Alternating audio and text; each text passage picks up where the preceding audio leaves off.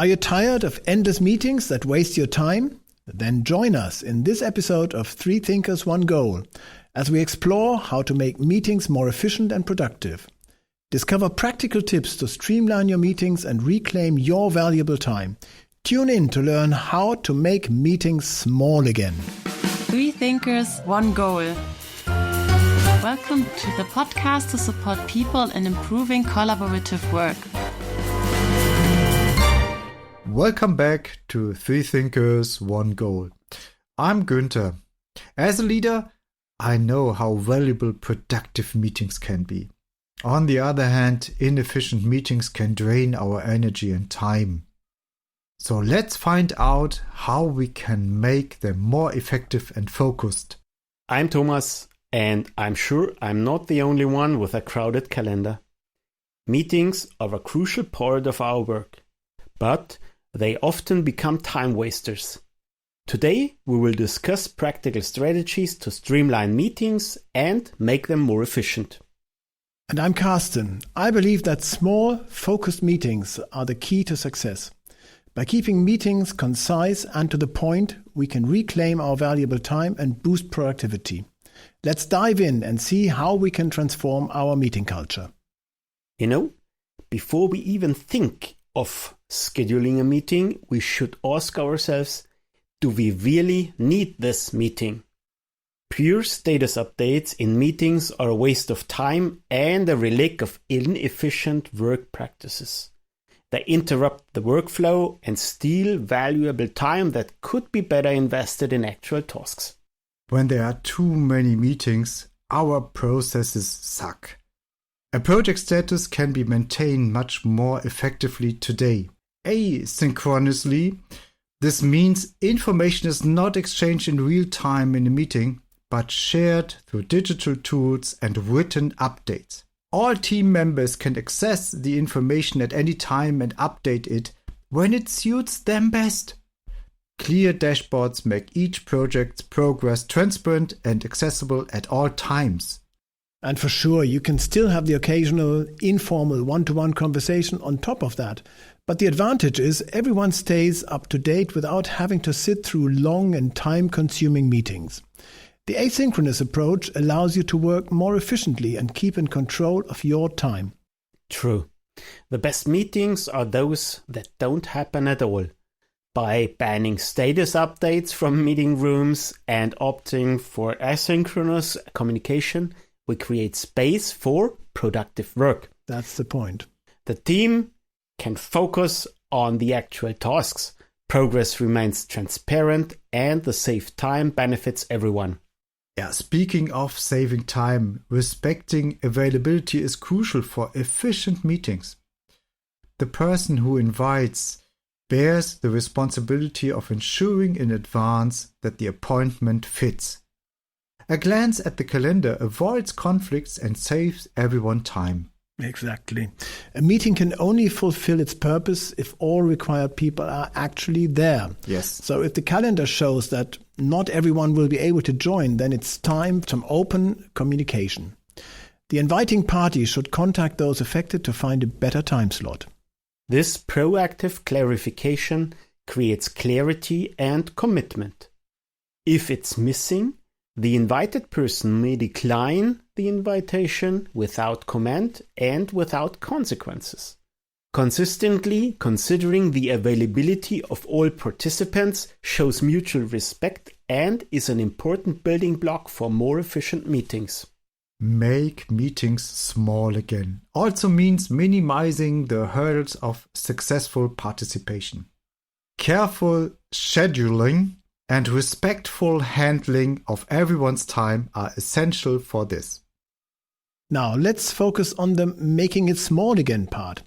Meetings are often overcrowded with participants, which make them appear to be important. But in the end, they only burn company money. Everyone who doesn't contribute in any way to the meeting topics or the discussions around them should not be there in the first place. Yeah, keeping the participant circle small ensures everyone's time is used effectively. But how do you define small concretely? Yeah, how far do you go? There isn't a fixed, universally valid number for the optimal number of participants. The right size strongly depends on the context and purpose of the meeting. Exactly. 5 people might be ideal for a creative brainstorming session within a small team. For an entire department or business segment, a significant larger number of participants could be justified. The central question is who will contribute actively to achieve the meeting's objectives. By keeping to these rules, we actively promote efficiency, save resources, and show respect for everyone's time. Yeah. Further, on a meeting without an agenda is like a journey with no destination. You end up nowhere. Make sure to share the agenda with everyone in advance.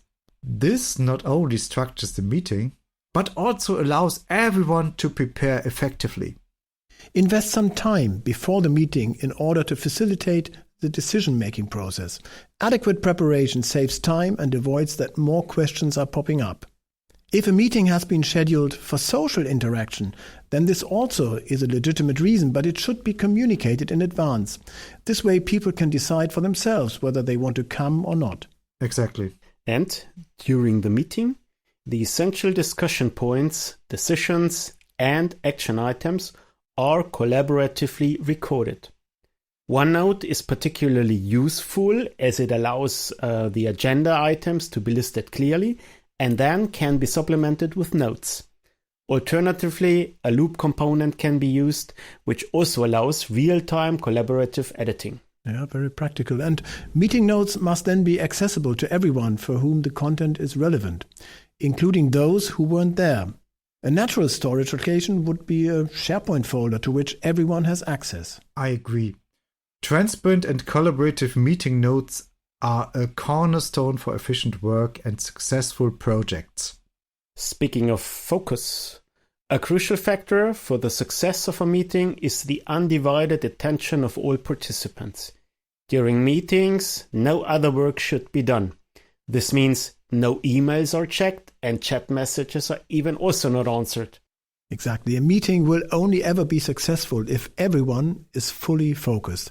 Processing your mails in a dull meeting may seem efficient to you, but it will send a signal to your colleagues that you are not fully focused. And this in turn will make everyone else less focused too. Yeah, to ensure there is enough time for actual work outside the meetings, it can be helpful to block fixed times in your calendar. In the Microsoft 365 environment, this focus time can even be automated. The corresponding function in Viva Insights regularly reserves time slots in the calendar according to a defined plan. Yeah, very helpful. That's true. Next central aspect of efficient meetings is the strict adherence to agreed times. Meetings start on time and, more importantly, they end on time. That would be nice. Punctuality is a sign of respect for all participants and their time. And this applies not only to Germans. Not only to us. It's great to hear, yeah. Well, yeah, meetings that exceed the scheduled duration disrupt the rest of the day's schedule and negatively affect productivity. Not only for yourself, but for everyone else too. Let's await another 3 minutes until everyone is here. Practice should be avoided. Yeah. The meeting begins exactly at the agreed time. Those who are late miss the beginning. Yeah, tough but Yes, necessary. they miss the beginning. And therefore, a meeting should not last 30 or 60 minutes, but a maximum of 25 or 55 minutes. This planning leaves buffer for transitioning to the next appointment. The time can also be used for a brief follow-up of the meeting. In-person meetings require more buffer time for room changes. That's a very clever way to de-stress everyone's day. Yes, thank you, Thomas. Yeah, overrunning your meeting is unacceptable and shows a lack of appreciation for others' time. Yes. Exceptions confirm the rule but should not become a habit. To ensure a punctual start, consider scheduling the start time at 10:03 instead of 10. Similarly, the end time would then be 3 minutes before the hour. That's it. A moderator is responsible for keeping track of the time and ending their meetings punctually. If this is not achieved, participants have every right to just leave the meeting quietly. This clear rule may seem drastic, but it promotes personal responsibility for all involved and underscores the importance of efficient timekeeping. Yes, make meetings small again. This is more than just a catchy slogan. It's a necessary step towards more efficient and respectful work culture. The principles we have discussed today are key to unlocking the full potential of meetings. They pave the way for successful and future-proof collaboration. Have we missed anything? Well, share your experiences and tips with us and other listeners in the comments. Let's work together to make meetings small and effective again. Thank you for listening to our discussion. Don't forget to subscribe to our podcast to make sure you don't miss our next episode. Until next time, at 3 Thinkers, 1 Goal. Becoming smarter, 1 episode at a time.